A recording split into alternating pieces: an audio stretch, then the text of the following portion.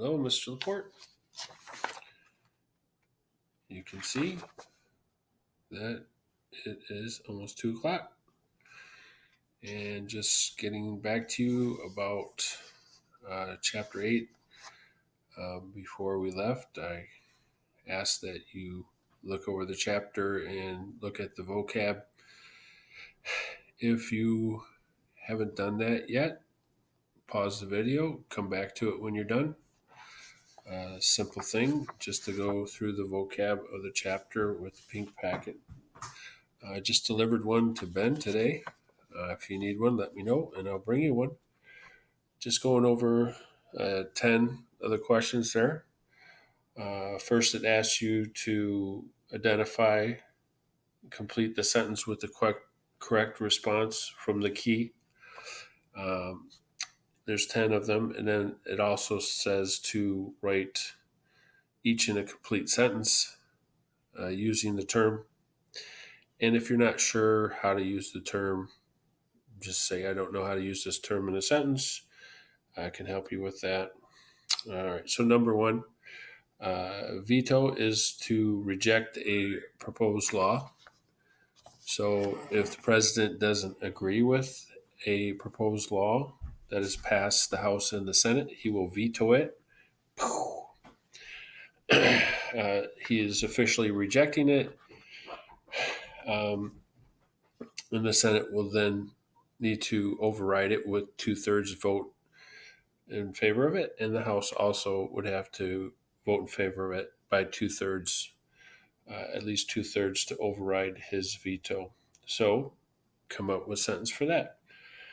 Impeach, to bring a formal charge of wrongdoing against the president or other federal officials. This recently happened to President Trump, impeached by the House, which you just need a majority vote to do that. So that happened, and trial in the Senate. Found not guilty, continued being president. President Clinton in the 90s, brought to trial through the Senate, impeached to the Senate, found not guilty, remained president. President Johnson in 1868, same thing, impeached, brought to the Senate for trial, found not guilty by one vote, remained president. And then Richard Nixon, who, if he would have stayed as president, would have been found guilty. That's why he resigned. So unofficial, was not officially impeached and then tried. He resigned, and Gerald R. Ford became president once he resigned. Okay, so 3, patriotism, love and devotion to one's country. My hat here, United States flag, Detroit Lions, combining kind of some patriotism with some hometown sports. It's also the city of Detroit's flag, the city of Detroit's flag is. Popular sovereignty is hard to say. If you say that fast 10 times without making a mistake, I will give you a sucker when I see you. People have the right to alter or abolish their government.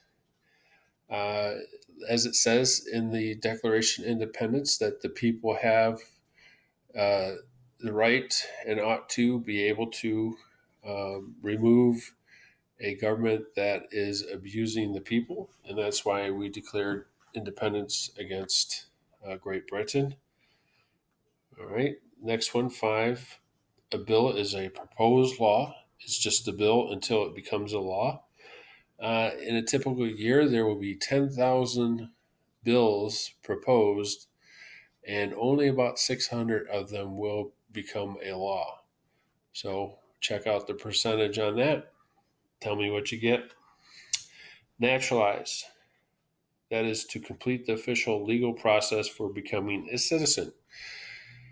Before we left, we were taking the practice test for the citizenship test, and a person needs to pass that with 60% or higher to actually get their citizenship. And I mentioned, if you don't remember, that the state of Wisconsin requires that you pass citizenship social studies test um, based on the citizenship test, a series of questions that uh, show you know a minimum amount of American history and civics to get a diploma in the state of Wisconsin. You got to get 65% or higher on that test. And most of you have already done that in the test that we've been taking. All right, so then you pass that test and all the other requirements, you become a naturalized citizen. 7, incriminate, to give evidence against. If police ask me questions because I saw a crime, and then I would say that Jimmy Bob, sorry to Jimmy Bob, I'm always picking on him, whoever he is.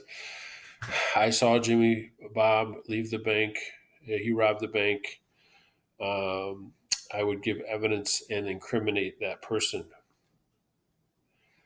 Override, that goes with number 1, to set aside a presidential veto if the House and the Senate both vote 2/3 or higher to pass a bill without the president's signature. They can do it with 2/3.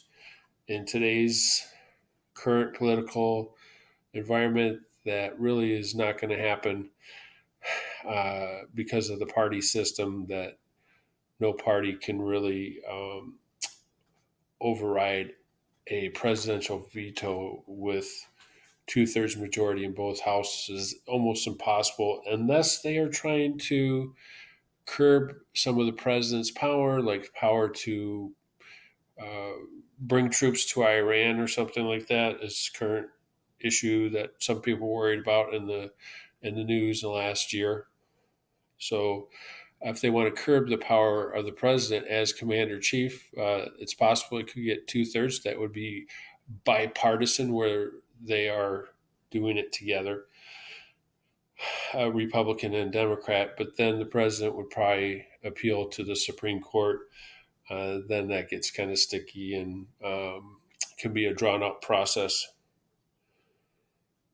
All right, number 9, to appeal to ask a court's decision to be reviewed by a higher court, and you can go all the way to the Supreme Court, and then you're done if the final decision is at the Supreme Court. But with our checks and balances, you could also someone could propose a constitutional amendment to change the Constitution based on the Supreme Court ruling.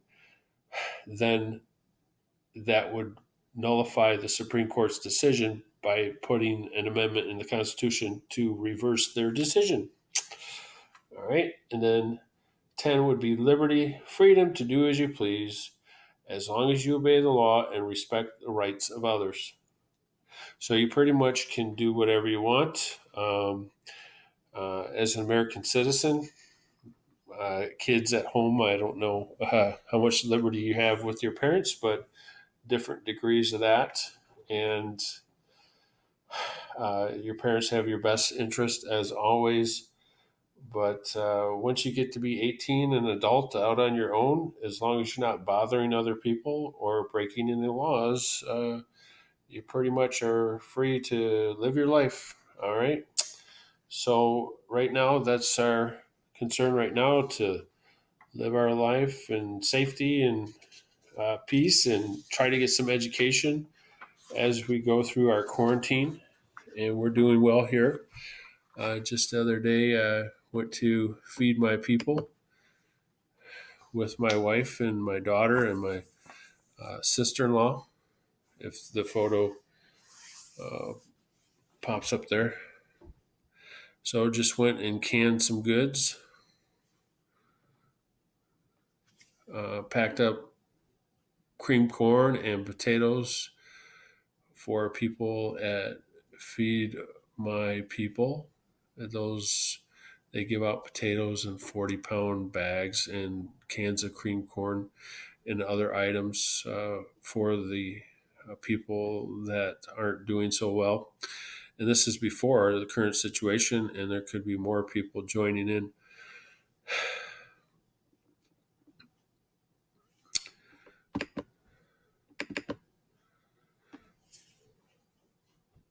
So this is us packing up the cream corn at Feed My People.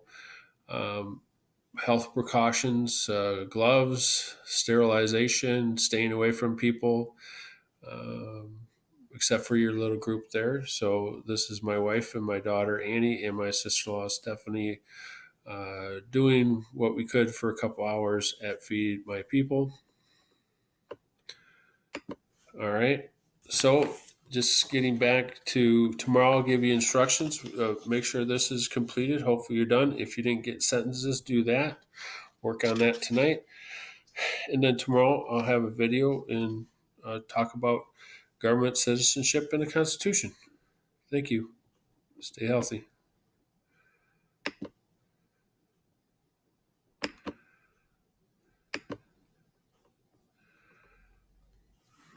Not sure when this ends.